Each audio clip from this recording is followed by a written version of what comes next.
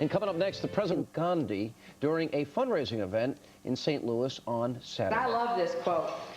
It's from Mahatma Gandhi. He ran a gas station down in St. Louis for a couple of years. Mr. Gandhi, you can still go to the gas station? A lot of wisdom comes out of that gas station.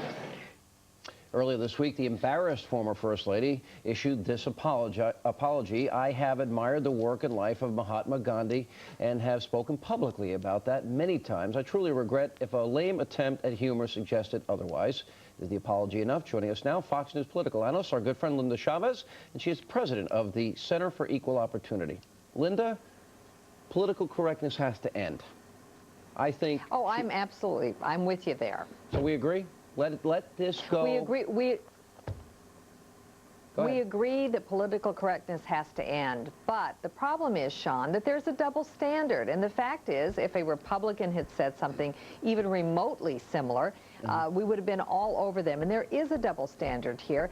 Frankly, the comment wasn't very funny, and I am not an admirer of Mahatma Gandhi. In fact, I think Mahatma Gandhi has been lionized in ways that are inappropriate, and he was not the great man that he sometimes is referred to. If Trent Lott had made that remark, Sean Hannity would come on Hannity and Colmes and say, enough is enough, get over it, he misspoke, he apologized, stop being so sensitive.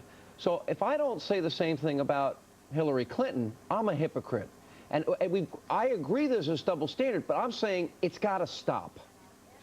Well, I actually was quite critical of Trent Lott, and I was one of the first conservatives to suggest that he ought to be, that he ought to step aside here. But the fact is that there is a double standard. There's a fellow out in California, Steve Ibarra, who is an advisor to Howard Dean. He called the Mexican-American woman who is a Republican running for the Senate there a house Mexican. We don't hear any demands that Steve Ibarra get off of the Dean campaign. We don't hear Dean coming out and making apologies for this. There is a terrible double standard. And if we could allow for all political correctness to go by the wayside, that would be one thing. But the fact is we do have a double standard. And I think Hillary Clinton looked pretty lame, and she has said she looks lame. And sure, I'm not suggesting she ought to step aside as a result of this.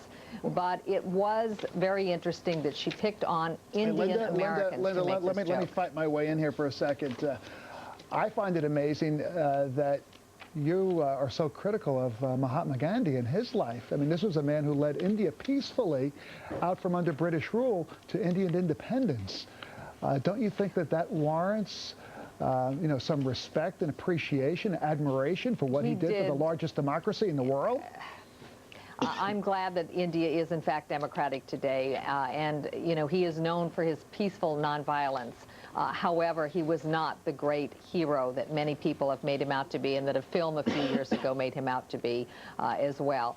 All I'm suggesting is that Hillary Clinton here did step her foot in it, and she is right to have apologized. What I am surprised at is that there is this double standard, and there would have been a hue and cry if similar words had come out of the mouths of a Republican. Linda, always good to see you. Thank you for being with us. Appreciate you being on board. And finally tonight, here's what Jon Stewart, host of The Daily Show, had to say about who may win the upcoming presidential election. He said it last night.